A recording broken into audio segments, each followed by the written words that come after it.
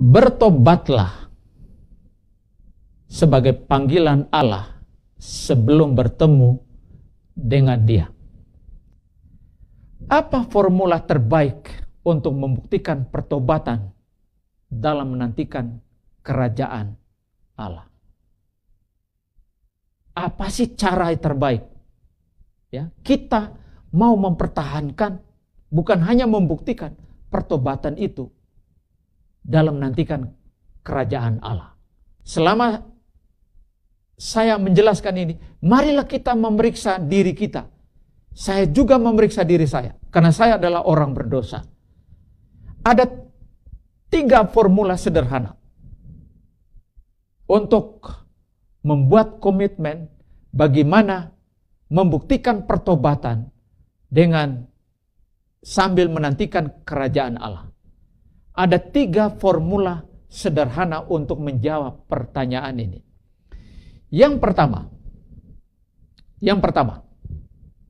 kita harus mengaku dosa kita di hadapan Tuhan. Bertobatlah, sebab kerajaan sorga sudah dekat. Untuk mempertahankan pertobatan itu dan mengambil langkah pertama untuk memasuki arena di mana kita memiliki hubungan yang baru dengan Tuhan adalah mengakui dosa kita. Sambil Anda mendengar saya malam ini, tanpa diganggu oleh orang lain di sekitarmu, periksalah dirimu, dosa-dosa masa lampaumu.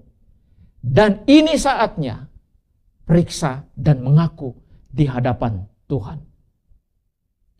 Matius pasal 3 ayat 5 dan 6. Maka datanglah kepadanya penduduk dari Yerusalem, dari Yudea, dan dari seluruh daerah sekitar Yordan. Sambil mengaku dosanya, mereka dibaptis oleh Yohanes di sungai Yordan. Mengaku dosa, itu adalah langkah pertama sebelum kita memiliki hidup yang baru dengan Tuhan. Mengaku dosa kita. Saya mau membawa pikiran saudara pada ribuan tahun yang lalu. Orang Israel dalam ritual sistem yang mereka miliki, setiap hari orang berdosa yang melakukan dosa, baik itu imam, pemuka, atau rakyat jelata, jika mereka memiliki dosa setiap hari, mereka harus membawa kurban ke bait Allah, ke pelataran. Lalu apa yang terjadi di sana kalau seseorang yang berdosa itu membawa kambing atau domba seperti yang ditentukan oleh aturan? Perhatikan ini. Haruslah ia mempersembahkan seekor domba atau lembu atau kambing. Maka, perhatikan, orang itu harus meletakkan tangan atas kepala domba atau lembu atau kambing. Jadi begitu orang berdosa ini datang ke bait suci, dia harus meletakkan tangannya. Imam yang perintahkan, letakkan tanganmu. Pertanyaan, apa fungsinya ini? Ada 2 fungsi. Yang pertama, fungsi transferensi, transfer. Artinya dosa orang yang membawa kurban ini dipindahkan ke binatang kurban. Lalu kemudian dipindahkan ke imam waktu imam memakan bagian dari domba itu sesuai dengan ketentuan Allah. Kemudian dipindahkan kepada Allah di hadapan Allah dengan memercikkan darah anak domba itu di depan tirai yang memisahkan bilik yang suci dan bilik yang maha suci. Ada transfer. Dosa itu dipindahkan. Yang membuat orang yang berdosa ini tidak lagi dianggap berdosa karena sudah dipindahkan ke domba, ke imam, dan kepada Allah. Itu yang pertama. Yang kedua, ada aspek substitusi. Aspek mengganti. Artinya apa? Orang berdosa yang seharusnya dihukum karena dosanya sudah dipindahkan ke domba, maka gantinya dia dihukum, domba itu harus disembelih. Konsep substitusi. Itu konsep atau teologi perjanjian lama dan juga teologi perjanjian baru. Luar biasa. Tapi yang saya mau katakan kepada saudara-saudara adalah ini. Ada aspek misteri di sana. Misteri itu artinya sesuatu yang tidak bisa masuk di akal kita. Ini misterinya. Sekalipun dosa itu dipindahkan ke domba, domba itu tidak terinfeksi oleh dosa. Sekalipun dosa itu dipindahkan ke imam, dosa orang itu tidak menginfeksi, walaupun dipindahkan tetapi tidak menjangkiti imam. Tidak membuat imam menjadi berdosa. Sekalipun dipindahkan ke Allah di hadapan Allah di tirai yang memisahkan bilik yang suci dan bilik yang maha suci, Allah juga tidak menjadi berdosa walaupun dipindahkan ke dia. Ini luar biasa. Luar biasa. Ini teologi Alkitabiah. Hanya untuk menyelamatkan orang yang mengaku dosanya ini. Dosanya telah dipindahkan. Tapi dosa-dosa itu tidak mempengaruhi sang imam, tidak mempengaruhi Allah. Nanti kemudian kita mengerti peran Yesus yang mengambil alih dosa kita. Yohanes 1 ayat 29. Lihatlah anak domba Allah yang menghapus dosa dunia. Ada konsep transferensi di sini? Ada. Ada konsep substitusi di sini? Ada. Kita yang seharusnya dihukum, Yesus mengambil alih konsep substitusi tadi, pengganti. Kita yang dihukum. Satu syarat, kita harus mengaku dosa kita di hadapan Tuhan. Saudara-saudaraku sekalian, sementara Anda mendengarkan firman Tuhan ini, ambil waktu dengan tenang, memikirkan dosamu dan mengaku dosa di hadapan Tuhan. 1 Yohanes pasal 1 ayat 9. Jika kita mengaku dosa kita, maka Ia adalah setia dan adil, sehingga Ia akan mengampuni segala dosa kita dan menyucikan kita dari segala kejahatan. Bukankah ini sebuah berita baik? Mungkin Anda pernah mendengar berita baik dalam hidupmu, tapi berita baik yang terbaik adalah Yesus menyelamatkan kita dari dosa kita, dari penghukuman. Saya menganggap itu adalah berita terbaik yang saya pernah miliki. Raja Daud berada pada level ini. Dia pernah jatuh. Anda boleh baca di dalam 1 Samuel, 2 Samuel 1, 2 Raja-Raja. Dia katakan di dalam Mazmur pasal 32, dosaku kuberitahukan kepadamu, dan kesalahanku tidaklah kusembunyikan. Aku berkata, aku akan mengaku kepada Tuhan pelanggaran-pelanggaranku, dan Engkau mengampuni kesalahan karena dosaku. Siapa ini Daud? Daud adalah raja pilihan Allah, tapi dia tidak malu mengaku dosanya di hadapan Allah. Siapa Anda yang mendengarkan firman ini, yang juga berdosa?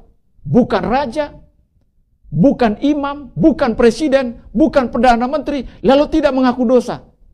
Malang nasib kita. Tetapi ketika kita mengaku dosa kita di hadapan Tuhan, Dia akan membuat hidup kita berubah. Itulah format yang pertama. Saya bilang tadi ada 3 format. Yang pertama adalah mengaku dosa kita di hadapan Tuhan. Yang kedua, berkomitmen untuk menghasilkan buah. Kita kembali kepada Matius pasal yang ketiga, ayat 7 dan 8. Waktu ia melihat orang Farisi dan orang Saduki datang untuk dibaptis, berkatalah ia kepada mereka, hai kamu keturunan ular beludak, siapakah yang mengatakan kepada kamu bahwa kamu dapat melarikan diri dari murka yang akan datang? Jadi, hasilkanlah buah sesuai dengan pertobatan. Farisi dan Saduki mewakili kepemimpinan rohani dan kepemimpinan politik. Farisi, orang yang dihormati. Saduki, pendekar politik. Tapi apa yang dikatakan oleh Yohanes waktu mereka datang untuk dibaptis? Kamu keturunan ular beludak, ular berbisa. Ketika kita bicara mengenai ular, selalu dikonotasikan sebagai representasi dari kehadiran setan. Kita bicara mengenai Taman Eden. Kita bicara mengenai ular yang ada di dragon, naga yang ada dalam kitab Wahyu. Semuanya itu adalah gambaran representasi dari setan. Yohanes mengatakan, kamu ini keturunan ular beludak yang berbisa, akal bulus. Jadi kalau pertobatanmu tidak disertai dengan pengakuan dan komitmen untuk menghasilkan buah, maka begitu banyak orang yang menjadi setan di gereja. Banyak sekali setan di gereja oleh karena pertobatannya tidak memiliki komitmen untuk menghasilkan buah. Pikir-pikir saja, Pak. Siapa di gereja kita? Tapi tidak usah kasih tahu orang. Mungkin Anda sendiri yang memikirkan orang adalah setan. Jika pertobatan kita tidak memiliki komitmen untuk menghasilkan buah, kita sama saja setan sebelum dibaptis dan menjadi setan sesudah dibaptis. Yohanes berkata, hasilkanlah buah sesuai dengan pertobatan.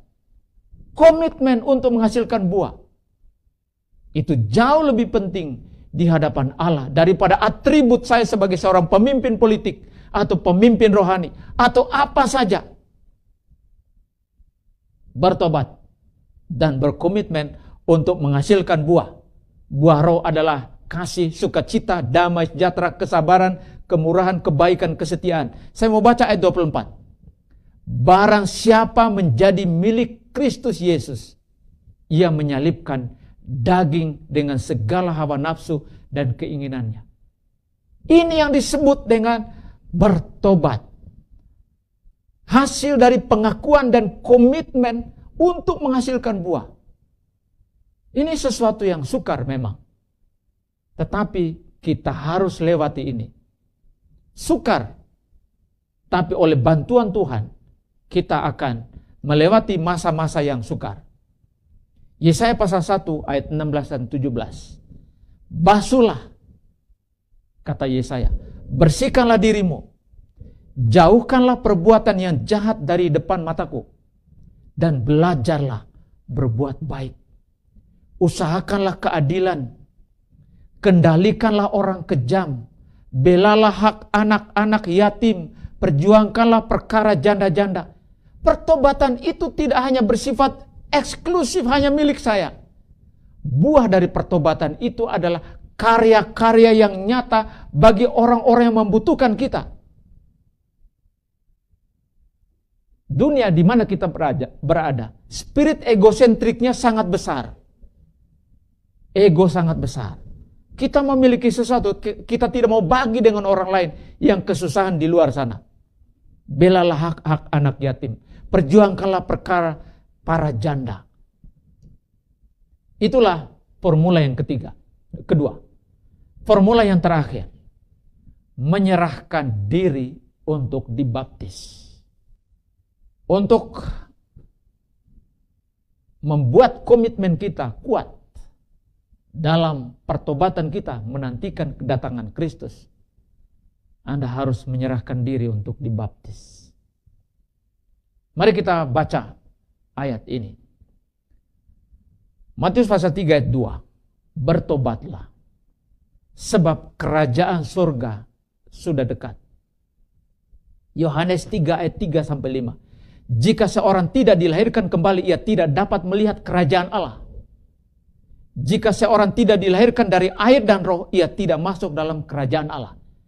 Saya menemukan ide paralel dalam ungkapan yang disampaikan dalam dua perikop ini. Yang pertama, bertobatlah selalu dikaitkan dengan kerajaan Allah. dilahirkan kembali selalu dikaitkan dengan kerajaan Allah. Dilahirkan kembali dari air dan roh selalu dikaitkan dengan kerajaan Allah. Artinya apa? Bertobat sama dengan kelahiran kembali. Kelahiran kembali yang bagaimana? Kelahiran kembali dari air dan roh. Catat ini. Kelahiran kembali dari air dan roh.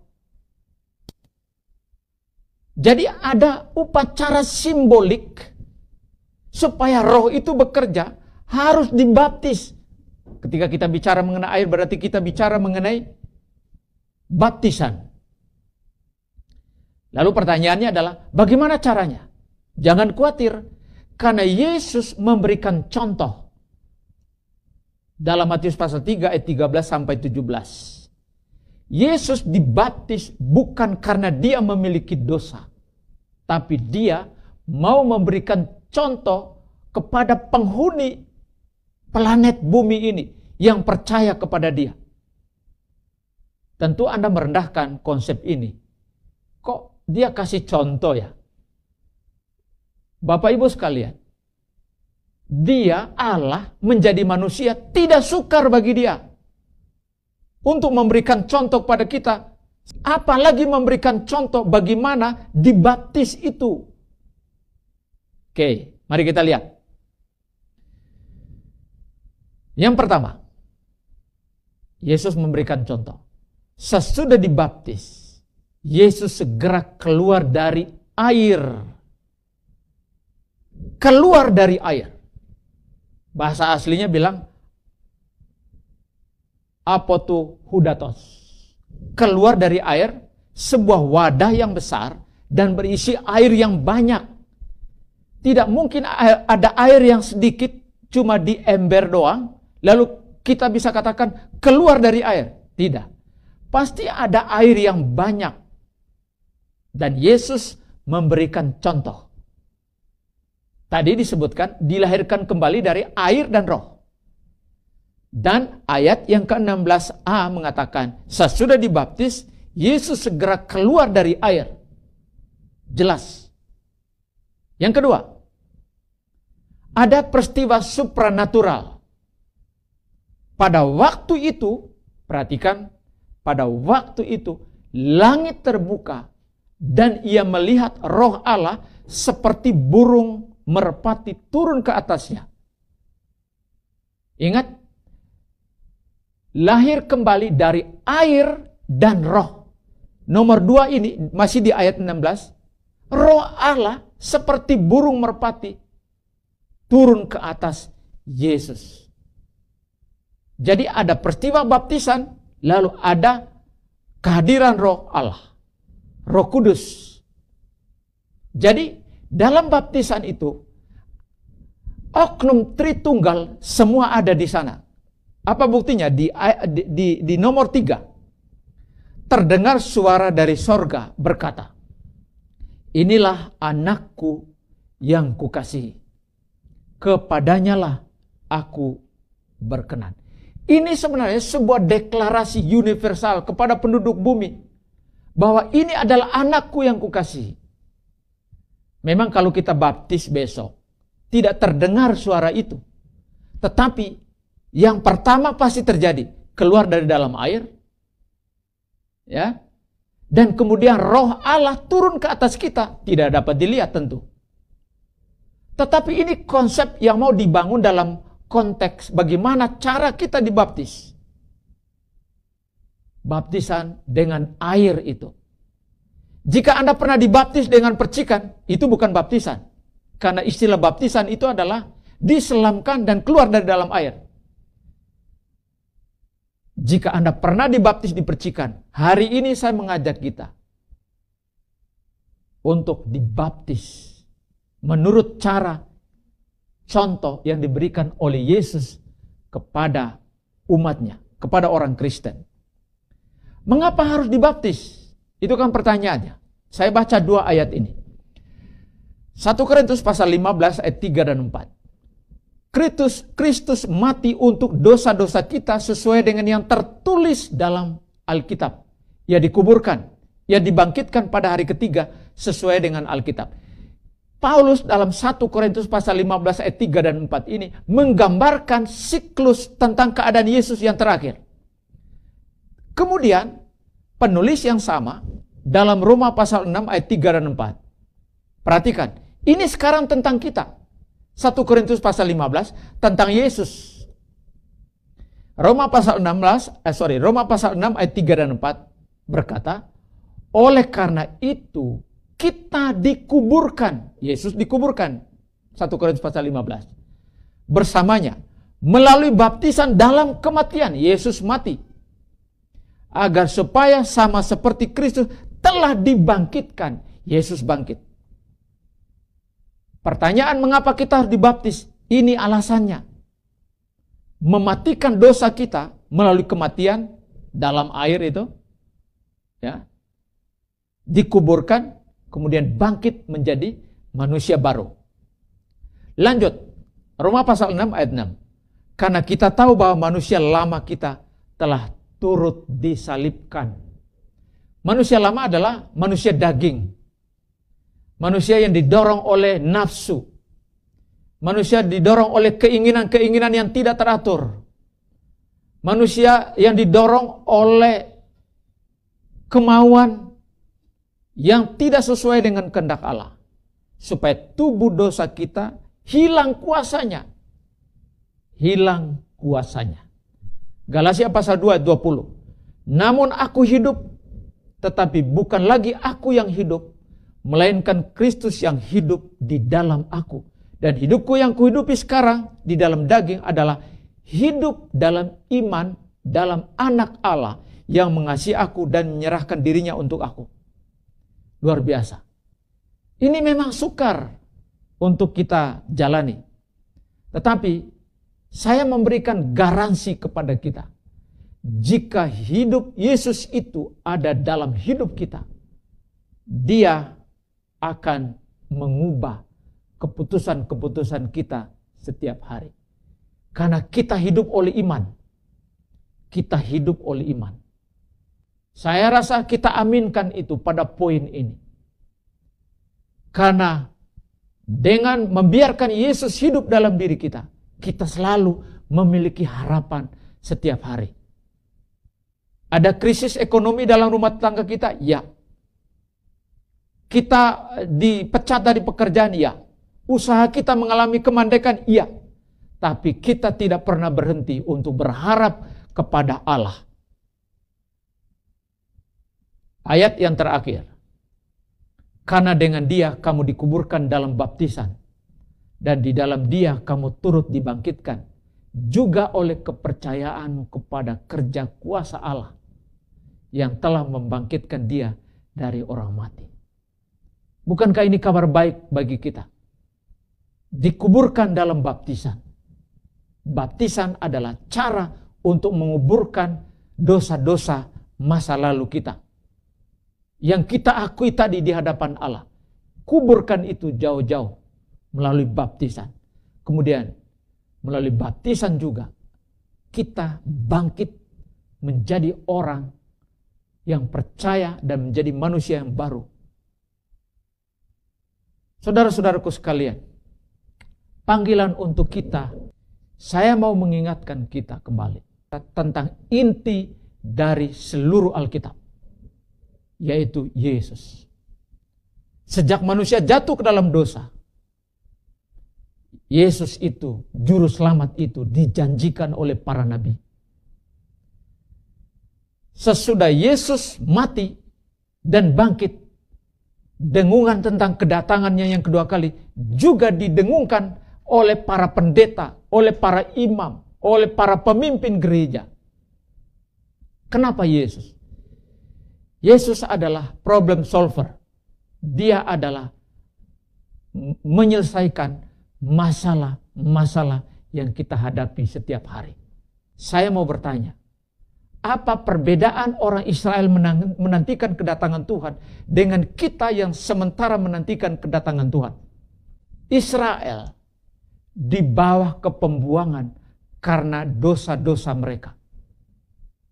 Setelah 70 tahun di Babel, mereka bertobat. Mereka bertobat.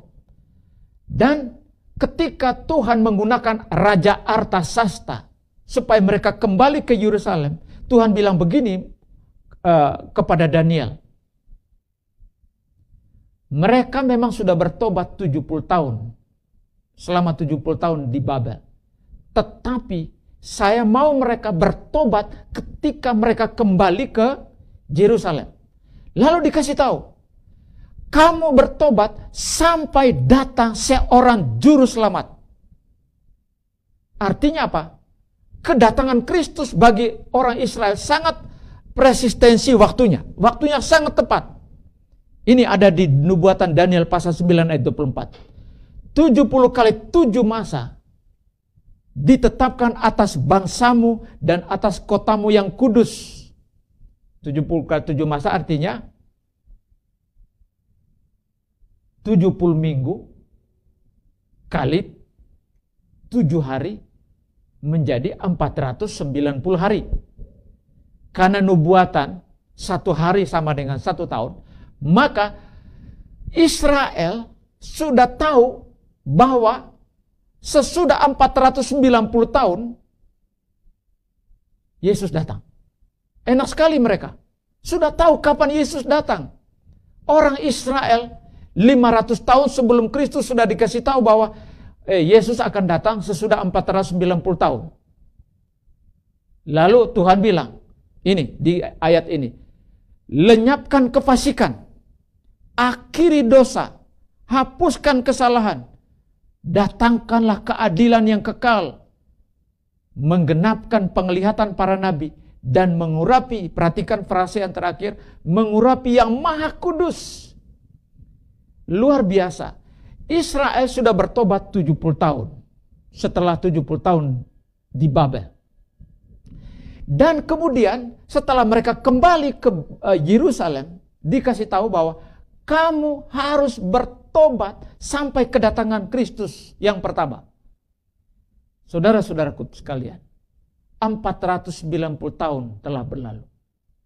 Waktu Yesus datang pertama kali, justru merekalah yang menjadi provokator yang membuat Yesus mati di atas kayu salib. Kesempatan orang Israel untuk menjadi umat pilihan selesai sudah ketika Stefanus dibunuh dengan batu. Saudara-saudaraku sekalian, pertanyaan saya, kapan Yesus datang pada konteks kita? Tidak ada yang tahu. Tapi saya tidak mau bahwa berkat itu dialihkan dari kehidupan kita. Teks mengatakan, tetapi tentang hari dan saat itu tidak seorang pun yang tahu. Malaikat-malaikat di surga tidak tahu, dan anak pun tidak, hanya Bapa. Israel tahu kapan Yesus datang pertama kali, tapi kita tidak tahu. Lalu apa yang kita buat? Berjaga-jagalah, sebab kamu tidak tahu akan hari maupun akan saatnya. Saudara-saudara pendengar yang berbahagia, tentu ada alasan bagi kita untuk tidak menerima Yesus dalam baptisan. Tetapi jangan mengalahkan hati nuranimu dengan akal-akal yang kau miliki, dengan logika yang kita miliki. Dengar suara Yesus memanggil kita. Bertobatlah, sebab kerajaan surga sudah dekat. Dunia di mana kita berpijak, dunia di mana kita hidup, dunia di mana kita mencari nafkah hidup, dunia yang tidak aman. Tapi apakah kita kehilangan harapan? Tidak. Yesus yang telah mengorbankan dirinya di atas kayu salib, asuransi terbesar yang kita miliki, jaminan terbesar yang kita miliki. Ayat yang terakhir, barang siapa ku kasihi, ya ku tegur, ya ku hajar.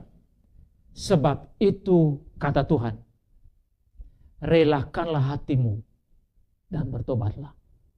Seringkali teguran yang diberikan oleh Allah kepada kita membuat kita membangkitkan kesadaran, membangkitkan sensitivitas, kepekaan kita terhadap suara Allah. Relakanlah hatimu dan bertobatlah. Dan ini yang Yesus katakan, aku berdiri di muka pintu dan mengetok. Jika ada orang yang mendengar suaraku dan membukakan pintu, aku akan masuk mendapatkannya, dan aku makan bersama-sama dengan dia, dan dia bersama-sama dengan aku. Hanya seorang sahabat yang mau makan bersama-sama, makan malam bersama-sama. Yesus lebih dari seorang sahabat. Dia adalah kekasihku dan dia adalah kekasihmu. Relakanlah hatimu dan dengarlah ketukannya. Saat ini, semoga Anda sensitif, peka dengan panggilan Tuhan itu. Semoga Tuhan memberkati kita. Adalah doa saya. Amin.